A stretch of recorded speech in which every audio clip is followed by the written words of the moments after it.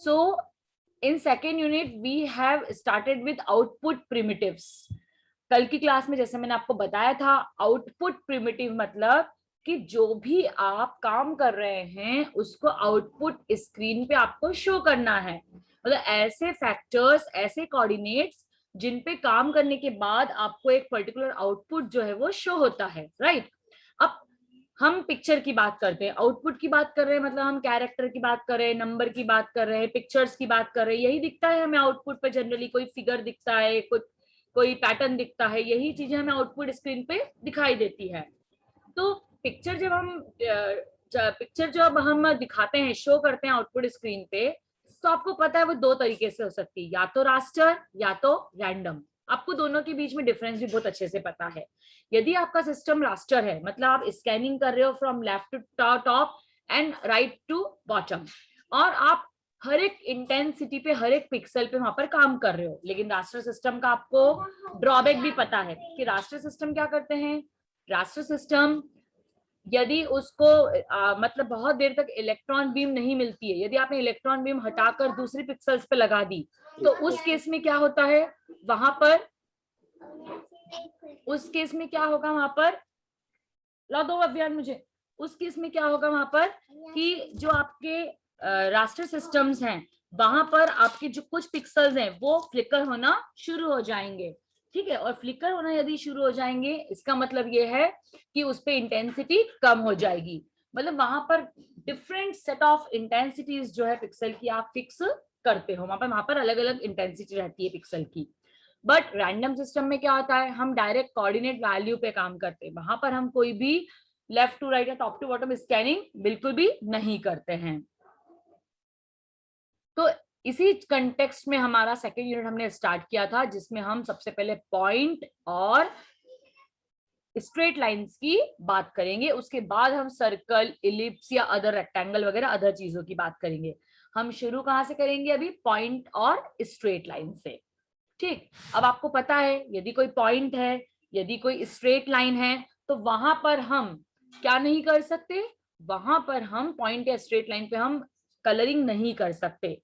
हम कलरिंग हमेशा closed figure में कर सकते हैं, जैसे सर्कल है, रेक्टेंगल है, स्क्वायर है, कोई पॉलीगॉन है, वहां पर हम क्या कर सकते हैं, कलरिंग कर सकते हैं। मतलब कलर और शेप्स इन दोनों का आपस में बहुत ज्यादा रेलेवेंसी है, मतलब दोनों बहुत ज्यादा रेलेवेंट है, ठीक है। अब उसके लिए मैंने आपको ये बताया था कि हर एक मतलब हम जब काम करते हैं तो हमें वहां पर क्या करना पड़ता है, जैसे आपको लाइन बनानी है तो आपके पास 0 0 से 6,6 आपके पास स्टार्टिंग वैल्यू और एंड वैल्यू है, पर आपको कंप्लीट लाइन बनाने के लिए उसके इंटरमीडिएट कोऑर्डिनेट को भी पता करना पड़ेगा, उसको कैलकुलेट करना पड़ेगा। और आज की क्लास में हम यही पढ़ने वाले हैं कि आप इंटरमीडिएट वैल्यूज को कैलकुलेट कैसे करोगे। तो इंटरमीडिएट वैल्यूज को कैलकुलेट करने के लिए आपको क्या करना पड़ेगा, you have to put some formula, आपको कुछ एल्गोरिथम्स को अप्लाई करना पड़ेगा जिससे आपको इंटरमीडिएट वैल्यूज जो है वो मिल जाएगी। क्लियर आ रही है आपको मेरी बात समझ में।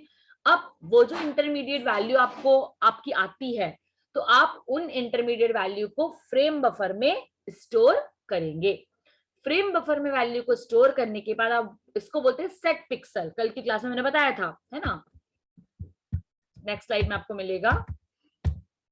हाँ, तो to load an intensity value into the frame buffer at a position corresponding to column x along the scale line y, हम क्या करेंगे यहाँ पर set pixel x, y। अब इस इंटरमीडिएट वैल्यू को हमने फ्रेम बफर में स्टोर तो कर लिया, लेकिन हमें उसको डिस्प्ले कहाँ करवाना है, टू दी स्क्रीन। तो डिस्प्ले करवाने के लिए हम 1 by 1 वैल्यू को फ्रेम बफर से लेंगे, उसको बोलते हैं गेट पिक्सल। तो उसके लिए फंक्शन क्या है, गेट पिक्सल x, y। और जब हमने उस पिक्सल को ले लिया, जैसे हमने 1,1 को ले लिया, तो 1,1 को अब हमको स्क्रीन पे शो करने के लिए we will do put pixel. क्या लगाएंगे हम, पुट पिक्सल। ये पुट पिक्सल का जो यूज है हम C++ में करने वाले हैं, ठीक है। अभी मैं फिर से बता दूंगी आपको, ये सब चीजें रिपीट होने वाली है। अब पॉइंट क्या होता है, तो पॉइंट कोई भी प्लेन में किसी भी पोजीशन पे कोई भी एक पॉइंट हो सकता है, वो हमेशा कोऑर्डिनेट वैल्यू के फॉर्म में रहेगा, जिसको हम बोलते हैं x, y। और लाइन क्या होती है, जब दो पॉइंट आपस में कंबाइन होते हैं तो वो बनाते हैं लाइन। और लाइन जो है उसकी एक इक्वेशन होती है जिसको पॉइंट सेटिस्फाई करते हैं। सपोज x1 और y1 और x2 और y2, x1 y1 और x2 y2, सपोज ये किसी भी लाइन के दो एंड पॉइंट्स हैं। तो ये जो लाइन है ये दोनों एंड पॉइंट से मिलकर बनती है, और हर एक जो लाइन जो दो एंड पॉइंट से मिलकर बनती है, that satisfy the equation of line. And you know that the equation of line is represented by this particular equation and this particular equation. दो इक्वेशन होती है इक्वेशन ऑफ लाइन की, अलग अलग है, मतलब वन नेम मेनी फॉर्म्स, आप ऐसा बोल सकते हो। इक्वेशन ऑफ लाइन जो है वो अलग अलग जगह पर अलग अलग तरीके से होती है। तो पहली इक्वेशन क्या है, y2 minus y1 into x minus x1 equals to x2 minus x1 into y2 minus y1. This is equation number 1. और y is equals to mx plus c. This is the equation number 2. कल की class में हम already देख चुके हैं कि x और y जो है वो कोऑर्डिनेट हैं लाइन के, m जो है वो स्लोप है। यस, m क्या है, m is a slope, और जो c है, c is the constant। आपको पता है ना ये सब कुछ? Yes ma'am. Yes ma'am. Yes ma'am. Yes ma'am. अब हमको क्या करना है, हमारा जो लाइन ड्राइंग का काम है, हमको तो लाइन ड्राइंग के काम को कंप्लीट करना है। और लाइन ड्राइंग को काम के कंप्लीट करने के लिए वो 3 या 4 स्टेप में जो है वो कंप्लीट होता है लाइन ड्राइंग का काम। सबसे पहला काम कि आप इक्वेशन ऑफ लाइन जो है, सबसे पहले काम इक्वेशन ऑफ लाइन को आप क्या कर लो, ले लो, इक्वेशन ऑफ लाइन को कंसिडर कर लो। उस इक्वेशन ऑफ लाइन के थ्रू आप क्या करेंगे, सारी वैल्यूज जो है, जो पिक्सल्स की वैल्यू है, मतलब करस्पॉन्डिंग जो वैल्यूज है, करस्पॉन्डिंग जो पिक्सल्स है, उनको क्या करो, फ्रेम बफर में लोड कर दो। मतलब आपकी वैल्यू निकल गई है तो उसको फ्रेम बफर में लोड कर दो। फिर आप उसको रीड करोगे, कहां से, फ्रेम बफर से। और रीड करने के बाद उसको स्क्रीन के पिक्सल्स, मतलब उसको उन पिक्सल्स को स्क्रीन पे पेस्ट कर दोगे with the help of put pixel. मतलब अगेन यहाँ पर 3 चीजें बहुत इंपॉर्टेंट है। सबसे पहले सेट पिक्सल, उसके बाद गेट पिक्सल, और उसके बाद पुट पिक्सल। 3 चीजें यहाँ पर बहुत ज्यादा इंपॉर्टेंट है, सेट पिक्सल, गेट पिक्सल और पुट पिक्सल। सेट पिक्सल मतलब पिक्सल्स को फाइंड आउट करना in order to make a line.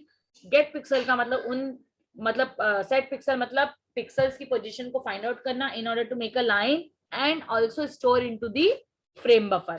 फिर गेट पिक्सल मतलब उसको स्क्रीन पे प्रिंट करवाने से पहले 1 by 1 उसको कॉल करना, दैट इज गेट पिक्सल, और पुट पिक्सल से उसको स्क्रीन पर पेस्ट करना। तो ये 3 चीजों का आपको याद हमेशा रखना है, ठीक है।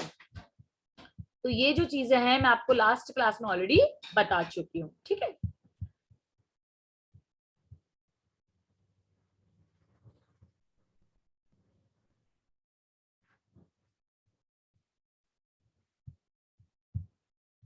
अभी सेकेंड पीपीटी शेयर करती हूँ, राइट। चलिए अब देखिए अगेन, अब हम आज कल की क्लास में तो हमने इंट्रोडक्शन लिया था कि आउटपुट प्रिमिटिव क्या होता है, पॉइंट क्या होता है, स्ट्रेट लाइन क्या होता है। कल की क्लास में हमने ये देखा था। अब हम आज की क्लास से लाइन ड्राइंग एल्गोरिथम जो हमारा फर्स्ट यूनिट में है ना, जैसे output primitive, point and lines, ये हमने कल की क्लास में देख लिया। अब हम लाइन ड्राइंग एल्गोरिथम शुरू कर रहे हैं। तो लाइन ड्राइंग एल्गोरिथम में सबसे पहले हम लाइंस की बात करेंगे, क्योंकि हमको क्या ड्रॉ करना है, लाइन को ड्रॉ करना है। तो अगेन कि a line segment is completely defined in terms of its 2 end points. मतलब लाइन आप बिना 2 एंड पॉइंट के नहीं डिसाइड कर सकते, डिस्कस कर सकते। x1 y1 और x2 y2। x1 y1 एक पॉइंट है और x2 y2 दूसरा पॉइंट है। ये फिगर जो नीचे बना है इसको ध्यान से देखेंगे। देखिए ये जो पॉइंट है आपका, ये x1 और y1 है, और जो ये वाला पॉइंट है आपका वो y2, और ये वाला आपका नीचे वाला x2 है। क्योंकि हमारी ये x एक्सिस है, ये हमारी y एक्सिस है। तो इस पे x1 y1 है ना, y3 y4 ऐसे पॉइंट्स रहेंगे इसके ऊपर, और सिमिलर मैनर में x1 x2 x3 x4 ये हॉरिजॉन्टल उस पे लाइन रहेंगे, राइट। तो आपको ये वाले जो पॉइंट्स हैं, है ना, तो आपको किस तरह से, आपको तो सिर्फ दो एंड पॉइंट से जो आपकी है वो लाइन बनती है। तो आपको पहला जो एंड पॉइंट है वो आपका x1 y1 है, और जो दूसरा एंड पॉइंट है वो आपका x2 और y2 है। आपको ये कंसिडर करके चलना है। That is the meaning of a line which has two end points. अब हमें लाइन बनानी है। कल की क्लास में भी मैंने, अरे यार जी उसको रिमोट दो टीवी का। तो लाइंस, आपको क्या करना है, लाइन को ड्रॉ करना शुरू करना है, राइट। तो अब यहाँ पर क्या है, मैंने आपको कल की क्लास में भी ये चीज बताई थी कि यदि आपको दो एंड पॉइंट दिए हैं न्यूमेरिकल में या एल्गोरिथम में कि आपको लाइन बनानी है 0,0 से 6,6, यदि आपको ये दो लाइन बनानी है, मतलब सॉरी एक लाइन बनानी है इन दोनों पॉइंट्स के बीच में, ये आपके पॉइंट्स गिवन है, तो आपको क्या करना है, इस कंप्लीट लाइन को बनाने के लिए इंटरमीडिएट पॉइंट्स को फाइंड आउट करना है। तो इंटरमीडिएट पॉइंट सपोज आपके 1,1 है ना, फिर सपोज इंटरमीडिएट पॉइंट आपका 2,2 है, फिर सपोज आपका इंटरमीडिएट पॉइंट 3,3 है, फिर आपका पॉइंट 4,4 है, और फिर आपका पॉइंट जो है वो 5,5 है। ऐसे आपके सपोज, और उसके नेक्स्ट वाला पॉइंट ऑब्वियसली 6,6 होगा जो आपके पास ऑलरेडी है। मतलब ये 1,1 2,2 3,3 4,4 और 5,5 ये जो आपके इंटरमीडिएट पॉइंट आए, आपको इनको फर्स्ट पॉइंट और लास्ट पॉइंट के बीच में आपको प्लॉटिंग करनी पड़ेगी। मतलब ये जो बीच के पॉइंट है ये आपने जो निकाले हैं, यही पॉइंट के अकॉर्डिंग आपको क्या करना है, प्लॉट करना है। ठीक, तो आप इन पॉइंट को प्लॉट करके एक स्ट्रेट लाइन बना देंगे। बात आ रही है समझ में? आप क्या करोगे, इन पॉइंट्स को प्लॉट करोगे, और प्लॉट करने के बाद वहां पर आप स्ट्रेट लाइन जो है वो बना देंगे।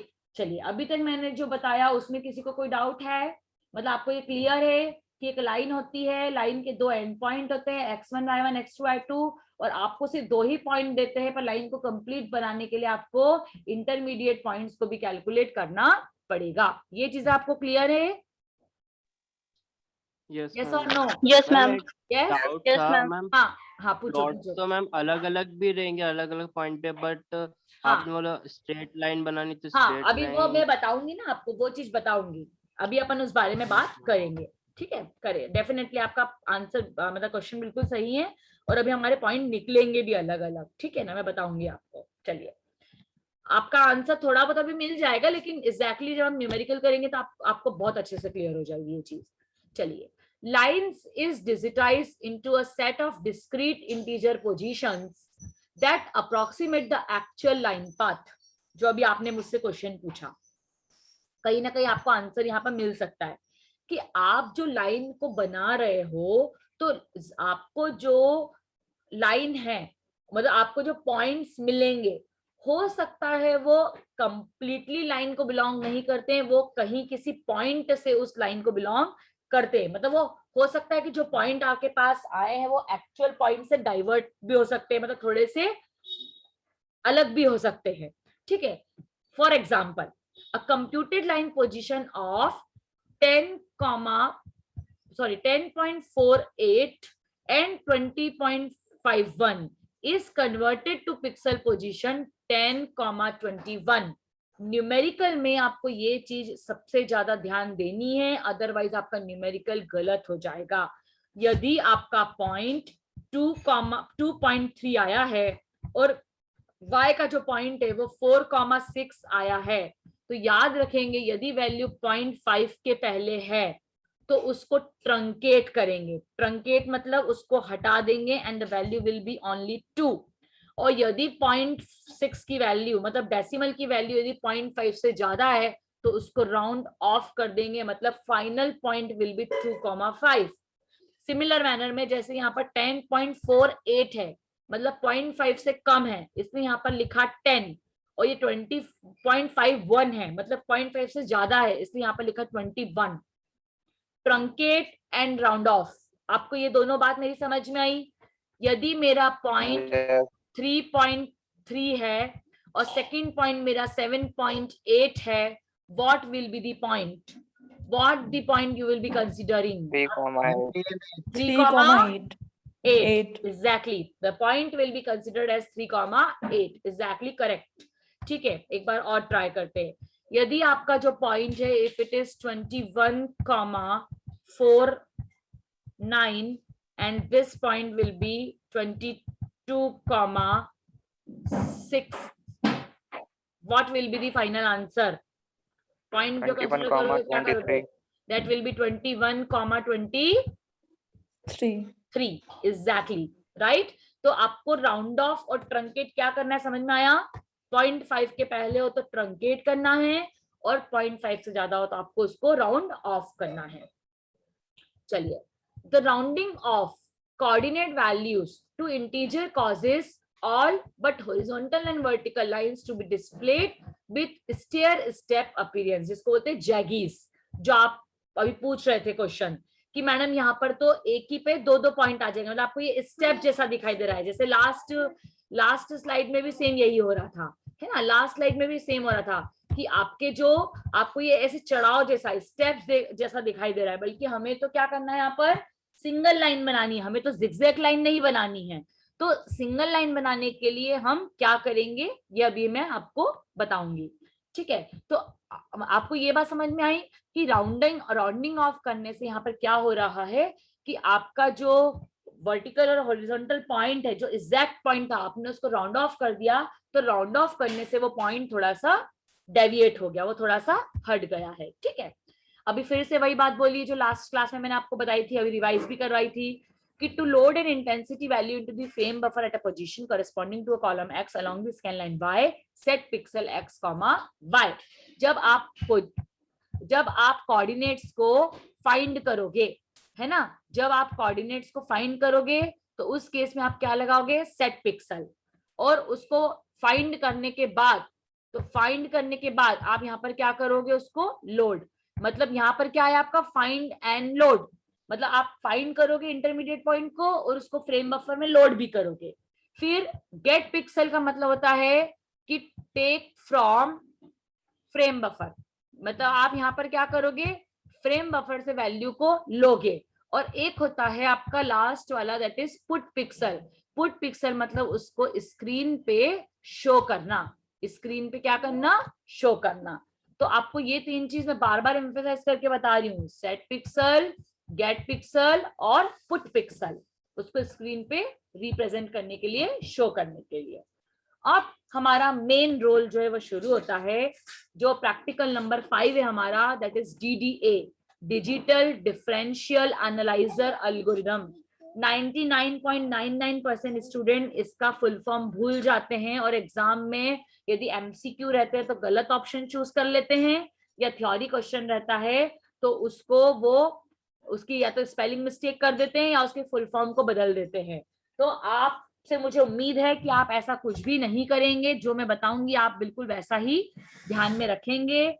लाइन ड्राइंग एल्गोरिथम मैंने कल की क्लास में आपको बताया था कि आपके सिलेबस में हम दो तरह के लाइन ड्राइंग एल्गोरिथम पढ़ने वाले हैं. एक होता है DDA लाइन ड्राइंग एल्गोरिथम, जिसको बोलते हैं डिजिटल डिफरेंशियल एनालाइजर. और एक होता है ब्रेजेनेम्स लाइन एल्गोरिथम. इस ब्रेजेनेम्स लाइन एल्गोरिथम में हम दो पढ़ने वाले हैं, ब्रेजेनेम्स A और ब्रेजेनेम्स B.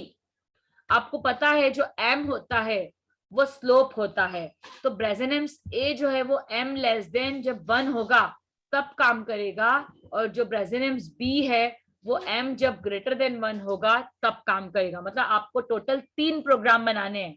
Programme number 5 that is DDA line drawing algorithm, program number 6 that is Bresenham's line drawing algorithm, A for M less than 1. और आपको 7th वाला प्रोग्राम बनाना है Bresenham's line drawing algorithm with M greater than 1, जिसको generalised method भी बोलते हैं. बात आ रही है समझ में आपको? क्लियर? आपको 3 प्रैक्टिकल ऑलरेडी मैं गूगल क्लासरूम पे आपसे अपलोड करवा चुकी हूँ, जिसमें हमने पहला प्रैक्टिकल लाइन का बनाया, जिसमें हमने बहुत सारी लाइंस बनाई थी. फिर दूसरा वाला प्रैक्टिकल में जिसमें हमने ग्राफ बनाया. फिर तीसरा वाला प्रैक्टिकल जिसमें हमने ग्राफ को हेडर फाइल में कन्वर्ट करके लाइन बनाई, x1 y1 x2 y2 user से इनपुट लेके. 4th प्रोग्राम मैंने आज कल की लैब में बताया था, A2 बैच को. अब A1 बैच को मैं थर्सडे बताऊंगी कि 4th प्रैक्टिकल क्या है. 5th प्रैक्टिकल में आपको DDA लाइन को इंप्लीमेंट करना है। 6th प्रैक्टिकल में आपको ब्रेजनेम्स लाइन ड्राइंग को इंप्लीमेंट करना है विद m लेस देन 1, और 7th प्रैक्टिकल में आपको ब्रेजनेम्स को फिर से इंप्लीमेंट करना है फॉर m ग्रेटर देन 1, जिसको जनरलाइज मेथड भी बोलते हैं। ठीक है, तो आपके भी 4 प्रोग्राम मैंने 3 इस हफ्ते पढ़ा दिया, तो आपके 3-4 प्रोग्राम पेंडिंग हो जाएंगे, तो आपको सारे प्रोग्राम को कंप्लीट करना रहेगा। ठीक, चलिए शुरू करने से पहले एक बार लाइन ड्राइंग का इंट्रोडक्शन ले लेते हैं। मैं बहुत आराम से पढ़ाऊंगी क्योंकि थोड़ा सा टफ है, थोड़ा सा, ज्यादा नहीं, थोड़ा सा।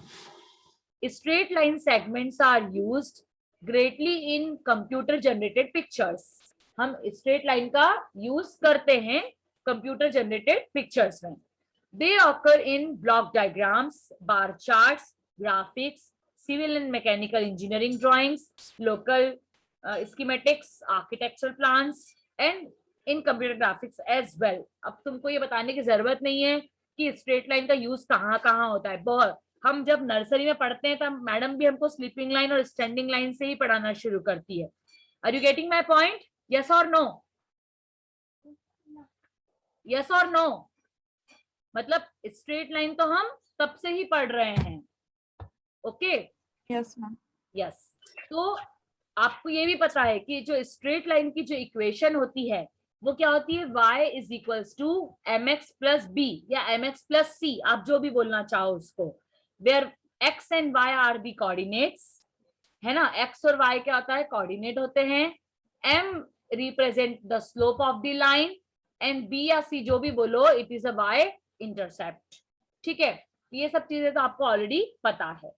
हम यहाँ पर क्या लिखा है? गिवन दैट, क्या दिया हुआ है कि 2 end points of a line segments are x1, y1 and x2, y2 with slope m and intercept y। ठीक है, और c जो है वो हमारा कांस्टेंट है। तो इस केस में आप m को डिफाइन करते हो, आपको पता है ना, slope is defined as delta y by del x। सुना है आपने? ये मैथ्स पढ़ी है? Yes ma'am. Yes, so m is denoted by delta y by delta x, and what is delta y? delta y का मतलब क्या होता है? delta y मतलब 2 यूनिट, मतलब 2 पर्टिकुलर क्रेसेंट्स बोलते हैं ना, क्रेसेंट्स के बीच की distance, that is y2 minus y1। और डेल्टा x का मतलब क्या होता है? डेल्टा x का मतलब होता है x2 माइनस x1, मतलब 2x के बीच की मिनिमम डिस्टेंस, राइट। तो यहाँ पर जैसे हम ग्राफ पेपर जब हम बनाते हैं, ग्राफ बनाते तो आपको पता है हम यहाँ पर ऐसा लिखते हैं 2 4 6, 2 4 और 6, और जब ऐसे बनाते हैं वहां पर भी हम लिखते हैं 2 4 6, 2 4 और 6। मतलब ये हमारा x1 है 2 और हमारा x2 है 4 और हमारा x3 है 6, मतलब x1 x2 और x3 के बीच में जो डिस्टेंस है that is of 2 units. Am I right? Yes ma'am. तो उसको बोलते हैं delta y and delta x। मतलब delta x distance between 2x है, डिफरेंस बिटवीन 2x है, और जो डेल्टा y है वो डिफरेंस बिटवीन 2y है। ये चीज को आपको बहुत अच्छे से ध्यान रखना है, आप तभी न्यूमेरिकल करेक्ट कर पाओगे, आपको अदरवाइज न्यूमेरिकल करने में दीजिए, है ना। तो मैं यहाँ पर क्या कर रही हूँ, यहाँ पर आपको करना है। ठीक है, अब देखो, अब यहाँ पर m जो है, मैंने अभी लिखा कि जो m की वैल्यू है, m की वैल्यू क्या होती है? Delta y by delta x। और अभी आपको बताया कि डेल्टा y का मतलब होता है y2 माइनस y1 और डेल्टा x का मतलब होता है x2 माइनस x1। तो मैंने इसी पर्टिकुलर फॉर्मूले को यहाँ पर चेंज कर दिया कि m is equals to y2 minus y1 divided by x2 minus x1, मतलब इसकी वैल्यू यहाँ लिख दी और इसकी वैल्यू यहाँ पर लिख दी। ठीक है, this is equation number 2। Equation number 1 क्या है? y is equals to mx plus c, और इक्वेशन नंबर 2 क्या है? m की वैल्यू। ठीक, अब इसको अनदर फॉर्म में चेंज करने के लिए मैंने b को राइट हैंड साइड पे ले आई, मैं सॉरी लेफ्ट हैंड साइड पे ले आई, और mx जो है यहाँ पर, इसको आपने इक्वेशन को थोड़ा सा चेंज कर दिया।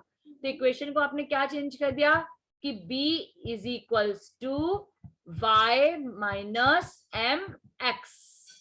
इसको ऐसे में लिख सकती हूँ, राइट? इस इक्वेशन नंबर 1 को I can rewrite as like this कि b इज इक्वल्स टू, ये मैं mx को कहाँ ले गई, लेफ्ट हैंड साइड में ले गई, तो ये mx माइनस का हो गया पॉजिटिव से, y तो एज इट इज रहेगा, तो b is equals to y minus mx। अब यहाँ पर आपको पता है कि एक पॉइंट क्या है, x1 y1 है, और दूसरा पॉइंट क्या है हमारा, x2 y2 है।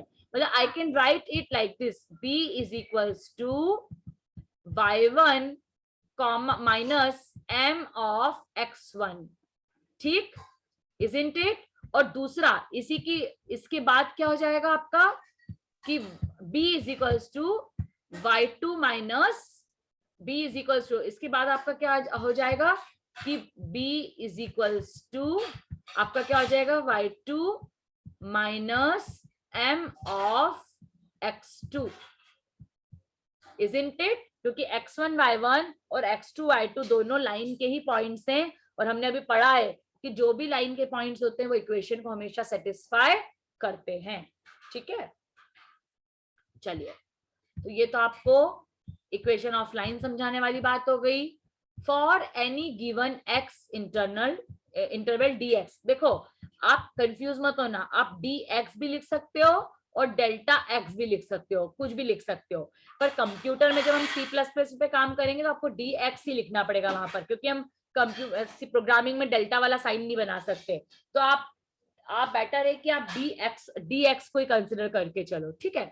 अब यहाँ पर क्या किया है कि for any given x interval dx along a line we can compute the corresponding y, हम y इंटरवल को कर सकते हैं। देखो आपको पता है कि m की वैल्यू क्या होती है, m की वैल्यू होती है del y by del x या dy बाय dx, जो भी आप उसको बोलते हो, ठीक है? तो इसमें यदि आपको x इंटरवल को कैलकुलेट करना है तो क्या करोगे, ये x इंटरवल है, मतलब इसको क्रॉस मल्टीप्लाई कर दो, ये x इंटरवल यहाँ पर आ जाएगा, तो आपकी जो वैल्यू हो जाएगी वो क्या हो जाएगी, डेल्टा y बाय m।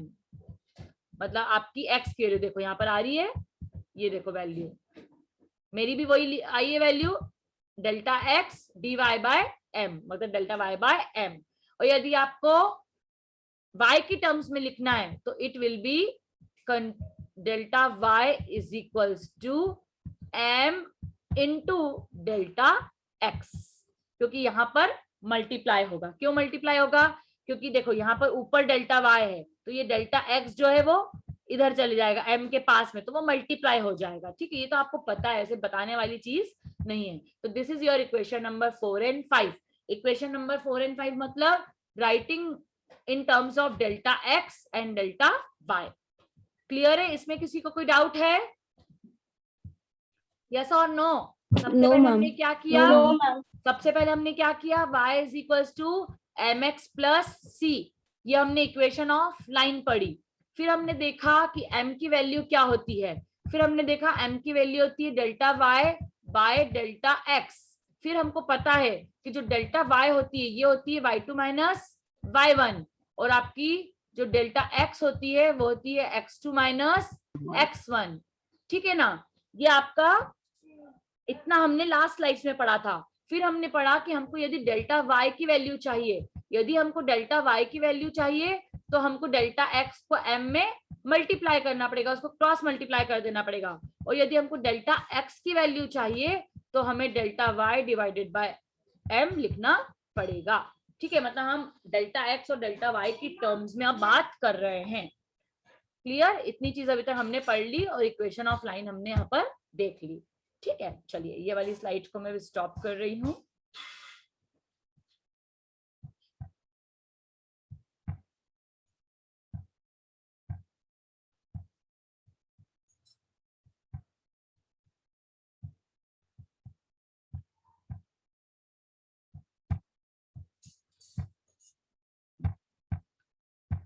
ठीक है, अब हम क्या करेंगे, अभी हमने लाइंस को समझ लिया है, अब कल की क्लास में हम डीडीए लाइन ड्राइंग का मीनिंग समझेंगे कि डिजिटल डिफरेंशियल एनालाइजर का मतलब क्या होता है, इसका डेरिवेशन क्या होता है, हम कैसे डिराइव करेंगे इक्वेशन ऑफ लाइन से, फिर इसकी स्टेप्स क्या होती है जो आपको काम में आएगी किसमें, आपके C++ प्रोग्राम बनाने में। और आपको फिर मैं बताऊंगी कि आपको क्वेश्चन दिया हुआ है कि आपको लाइन ड्रॉ करना है 2,3 to 6,15, तो आप लाइन को कैसे ड्रॉ करोगे। आपको आ रही है मेरी बात समझ में कि कल की क्लास में हम क्या करने वाले हैं और हम कैसे उसको प्लॉट करेंगे। ऐसे हम 2-3 एग्जांपल देखने की कोशिश करेंगे कि हमको कौन कौन से पॉइंट बनाना है। जैसे यहाँ पर हमको यहाँ पर दिख रहा है कि हमको जो लाइन बनानी है वो 5,6 to 8,12 बनानी है। अब इसके बीच के इंटरमीडिएट पॉइंट हमको निकालने हैं, तो वो इंटरमीडिएट पॉइंट जो है हम कैसे निकालेंगे कल की क्लास में बताऊंगे। देखो आपने 5,6 से शुरू किया, आपको इंटरमीडिएट पॉइंट 6,8, फिर ये पर्टिकुलर ऐसे देखो 6,7, 6,8, 7,9, 7,10, 8,11, 8,12 पे आके आपने एंड कर दिया। इस तरह से आपको इंटरमीडिएट पॉइंट मिल जाएंगे। तो कल की क्लास में मैं आपको पूरा बता दूंगी कि डीडी एल्गोरिथम होता क्या है, हम डीडी एल्गोरिथम का अल्गो क्या होता है, और उस एल्गोरिथम का यूज करके हम न्यूमेरिकल को कैसे सॉल्व करें।